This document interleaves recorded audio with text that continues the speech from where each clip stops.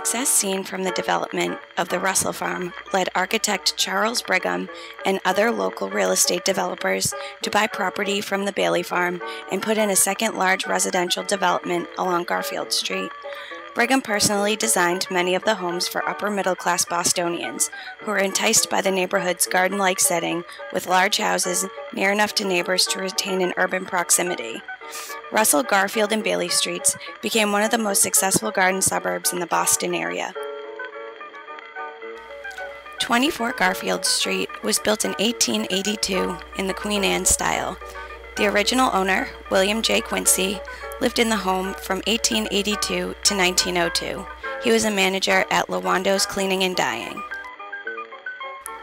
32 Garfield Street was built in 1884 in the Colonial Revival style. It is known as the Emily N. Coffin House. Emily N. Coffin lived in the home from 1884 to 1901. She was the widow of John W. Coffin, who ran the Coffin and McGee grist mill. 37 Garfield Street was built in 1882 in the Queen Anne style and is known as the Solon Whitney House. Solon owned the house from 1882 to 1917. He was the founder and first director of the Watertown Free Public Library. Margaret and Robert Home resided here from about 1897 to 1930. Robert was in auto accessories. 40 Garfield Street, built in 1895 in the Colonial Revival style, is known as the Charles F. Proctor House. Proctor was a salesman in Boston.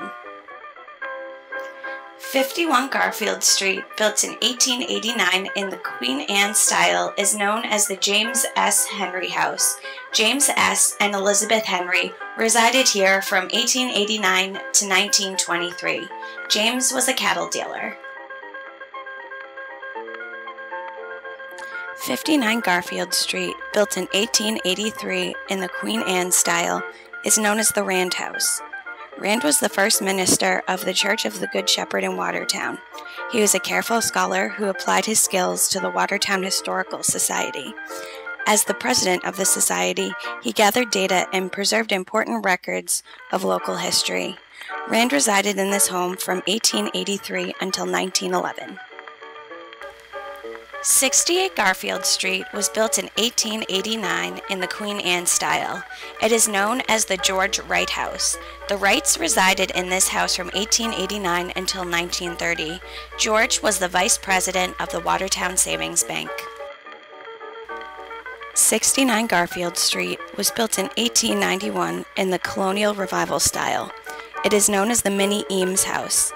Charles Proctor lived in this building from 1891 to 1895. Adelaide C. Roll, a widow, resided here from 1895 until her death in 1899. 77 Garfield Street, built in 1884, is a transition between the Queen Anne and Colonial Revival styles. It is known as the Herbert Coolidge House. Charles Brigham sold the land to build this home on to Herbert Coolidge in November of 1883. The Coolidge family resided in this home from 1884 until 1930.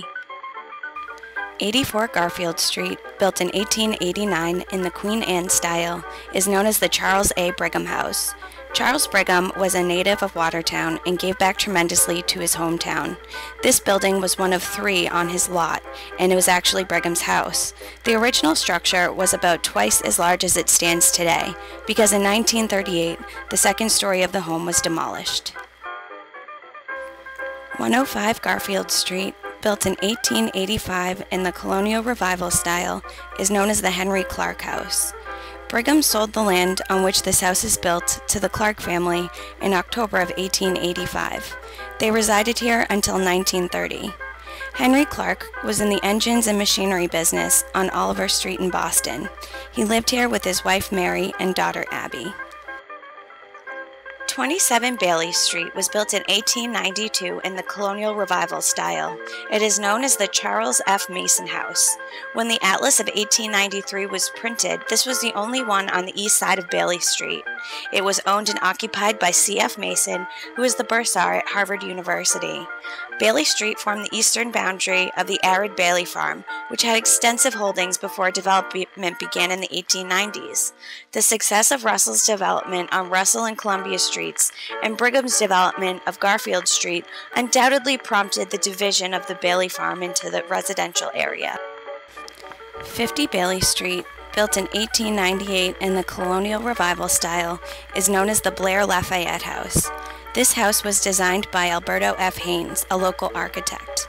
Lafayette Blair lived in this house from 1898 until 1913. He was a lawyer in Boston.